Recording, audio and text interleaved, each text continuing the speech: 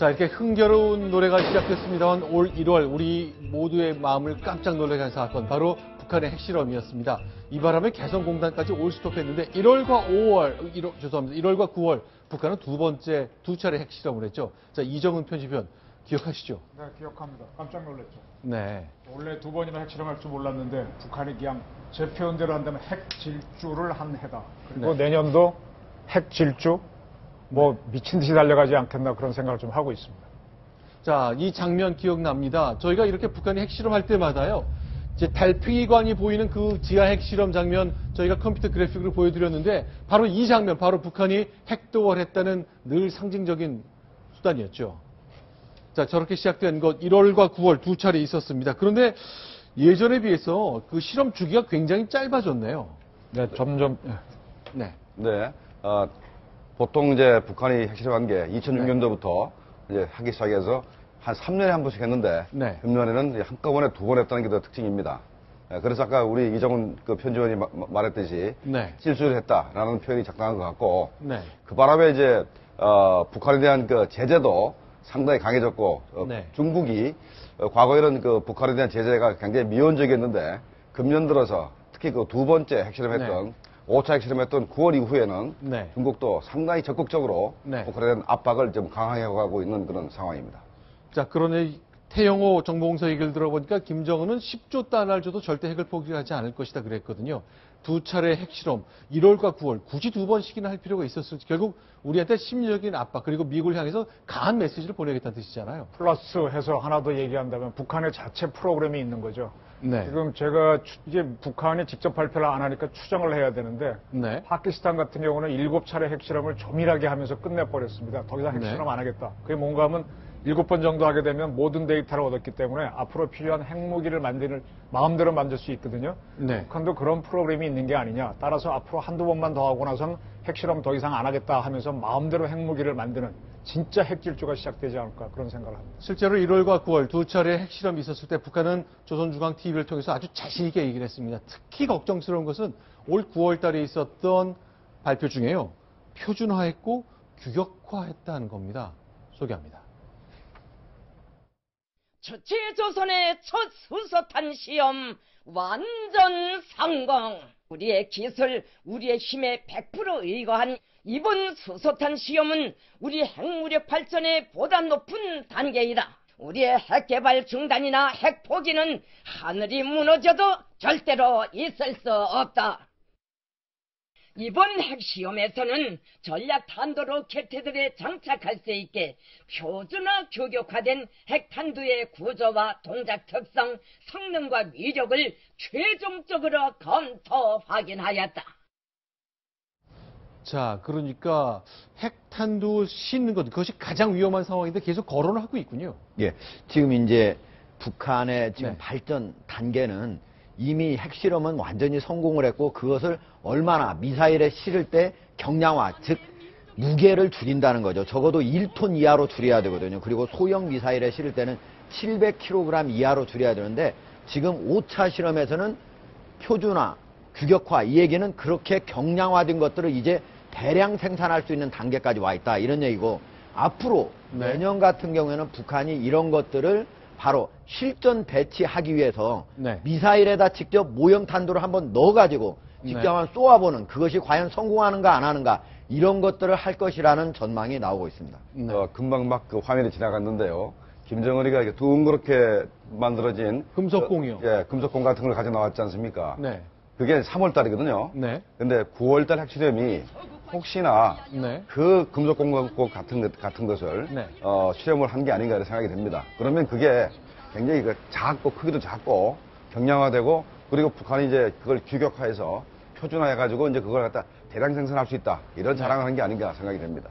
저도 기억납니다. 3월달 이제 뉴스탑10 방송하는 동안에 그 금속공이 이렇게 있는데, 거기 이렇게 축구공의 까만 점처럼 이렇게 눌린 부분이 있는데, 그 개수까지 직접 세어보셨던 거 기억나거든요. 그렇죠. 네네. 이게 어떤 의미입니까? 그게 전부 다 기폭장치 폭탄 숫자입니다. 그게 한 네. 7, 80개 되는데요. 저게 숫자가 많을수록 소형화 경량화가 된 겁니다. 그렇죠. 저 네. 모양이 나오면 저거는 플루토늄 폭탄이라는 얘기입니다. 저게 축구공 모양으로 된 저런 것들이 안으로 확 압축이 되면서 폭발시키는 건데, 저것이 우라늄탑보다 더 위력이 강하다 그렇게 판단합니다.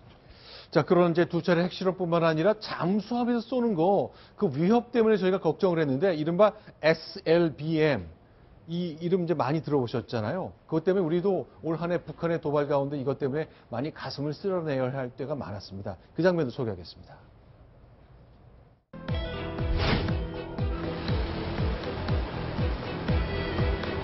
가슴 후련하고 통쾌한 또 하나의 승전 소식이 격동의 이 시대를 더욱 뜨겁게 보무하고 있습니다. 정예하는 김정은 동지께서 전략 잠수함 단도탄 수중시험 발사를 현지에서 지도하셨습니다.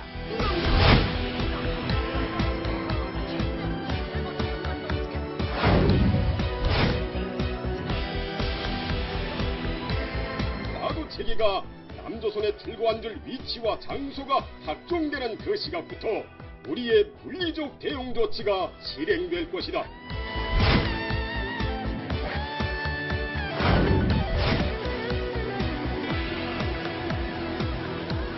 전략 잠수함 단도탄 수중 시험 발사가 성공적으로 진행됐습니다.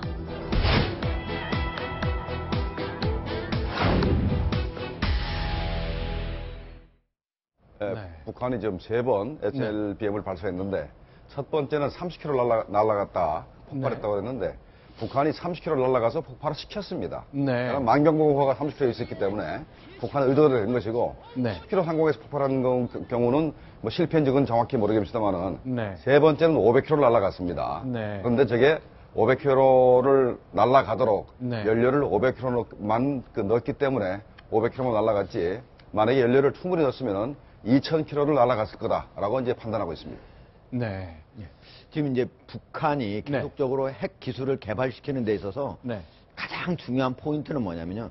미국이 지금까지는 계속적으로 전략적 인내라고 하는 네. 전체 어떤 그런 정책 아래서 움직이지 않았습니까? 네. 그런데 북한의 지금 기술이 드디어 이거를 모형 실험까지 하고 실전 배치하게 되면은 네. 미국의 전략적 인내의 레드 라인, 즉 레드 금지선을 넘어서게 되는 겁니다. 네. 그러면 그동안에는 미국이 경제 제재 이런 걸로 즉 무력 제재를 제외한 모든 다른 수단을 통해서 북한의 핵 포기를 이끌어 나겠다 했지만은 이제 그런 상태의 레드 금지선을 넘어서게 되면은 이제는 군사적인 그런 조치까지도 고려할 수밖에 없는 상황이 왔다. 그리고 그것은 도널드 트럼프라고는 새로운 미국 대통령이 나타나면서 새롭게 채택할 옵션 중에 하나로 고려할 가능성이 상당히 높다. 그런 측면에서 내년은 우리 한반도에 있어서 상당히 위기 상황이다. 이렇게 볼 네. 수가 있습니다.